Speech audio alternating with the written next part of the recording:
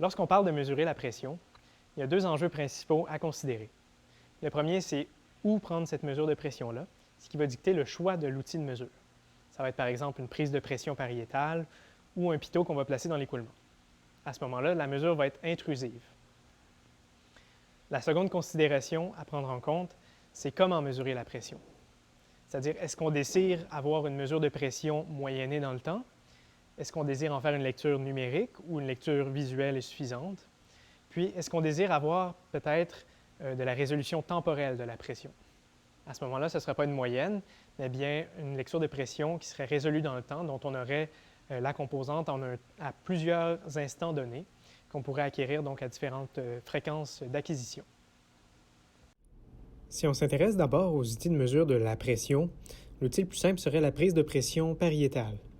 C'est simplement un orifice percé à la paroi sur l'objet ou sur les murs de la soufflerie autour de l'objet. Cette prise de pression permet uniquement de mesurer la pression statique et doit d'ailleurs être fabriquée de manière à ne mesurer que celle-ci. Pour ce faire, on doit percer le trou parfaitement perpendiculairement à la surface pour ne pas que notre prise de pression capture la composante de vitesse tangentielle à la paroi à cet endroit. Il est valide de mesurer la pression à la paroi puisqu'on sait que la pression s'impose à travers la couche limite dans la direction normale.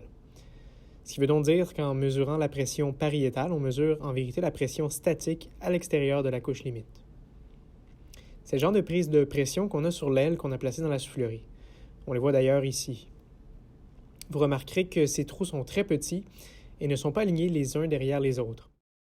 En fait, ils sont placés d'une façon qui peut paraître aléatoire, mais qui assure en fait que l'un ne se trouve jamais dans le sillage d'un autre, tout en demeurant généralement au centre de l'aile afin d'obtenir une distribution à une section précise. On a des trous des deux côtés de l'aile, donc pour avoir la distribution sur tout le contour. Les trous doivent être percés avec beaucoup d'attention, de manière à ce qu'ils soient perpendiculaires à la surface, que leurs arêtes soient vives sans avoir de bavure et sans être chanfreinées. Dans le convergent qu'on a à l'entrée de la section d'essai, on retrouve des prises de pression statiques à la paroi, donc des prises de pression pariétales, qui nous permettent de déterminer la vitesse de l'écoulement. On en a donc une à l'entrée du convergent, puis une autre près de la sortie du convergent, ce qui nous permet donc de trouver deux pressions différentes qu'on peut relier par l'aire de section à l'entrée et à la sortie du convergent à une vitesse donc, de l'écoulement. L'autre outil courant de mesure de la pression, c'est le tube de pitot qui va faire l'objet d'une capsule vidéo en lui-même. La lecture de pression peut par exemple se faire de façon électronique grâce à des capteurs de pression. Ceux-ci fonctionnent pour la plupart sur le principe d'un mince diaphragme qui va être déplacé finalement par la pression générée dans une chambre. Puis ce diaphragme-là va être instrumenté de jauges de déformation qui vont permettre de corréler la déformation du diaphragme à la pression dans la chambre de mesure du capteur. Donc ici, deux types de capteurs de ce genre-là, auxquels on pourrait brancher une acquisition qu'on pourrait relier par exemple à un ordinateur grâce à un montage LabVIEW par exemple, pour effectuer des mesures qu'on enregistrerait sur un ordi avec une résolution en conséquence. L'autre mesure dont on a parlé déjà un peu plus tôt, c'est celle à l'aide d'un tube manométrique, donc avec un manomètre à fluide par exemple, dans lequel on placerait de l'eau, par exemple, de l'huile, etc. Ça, à ce moment-là, ça serait une mesure, une lecture visuelle qui serait généralement moins précise.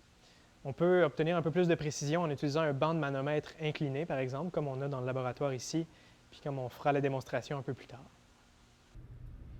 Le principe du manomètre incliné est le suivant. En inclinant le tube hydrostatique, une même différence de pression sera lue comme une longueur, la longueur L2 là, dans le cas de notre illustration, qui est plus grande par rapport au manomètre droit, ce qui permettra un relevé de mesure visuelle plus précis. Ainsi, plus le tube sera incliné, plus la lecture sera précise.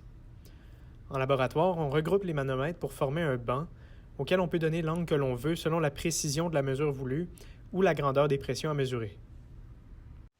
Un autre type de lecture de pression qu'on peut faire, c'est grâce à un manomètre anéroïde. C'est le cas, par exemple, du fameux manomètre à aiguille, donc, qui est en fait un manomètre à tube de bourdon. Donc, c'est une mesure mécanique à ce moment-là, un tube qui est plié, qui, sous la pression, va se déplacer donc, et va entraîner une aiguille. C'est une mesure qui est relativement peu précise. On va l'utiliser beaucoup en hydraulique, par exemple, où les pressions sont excessivement grandes, plutôt qu'en aérodynamique, où les pressions seront petites. lorsqu'on veut mesurer une distribution de pression sur une aile puis qu'on a plusieurs prises de pression pariétales, on obtient donc une couette de fil comme celle-ci. On va généralement vouloir effectuer les mesures de pression plutôt rapprochées dans le temps, bien que celle-ci soit moyennée. On va donc utiliser pour ce faire, par exemple, une valve hérisson, ou une scanivalve dans le jargon, sur laquelle on pourra donc connecter plusieurs prises de pression, puis qui, grâce à un petit moteur pas à pas, viendra mesurer la pression à chacune de ces entrées à l'aide d'un capteur de pression externe qui serait par exemple relié à un ordinateur.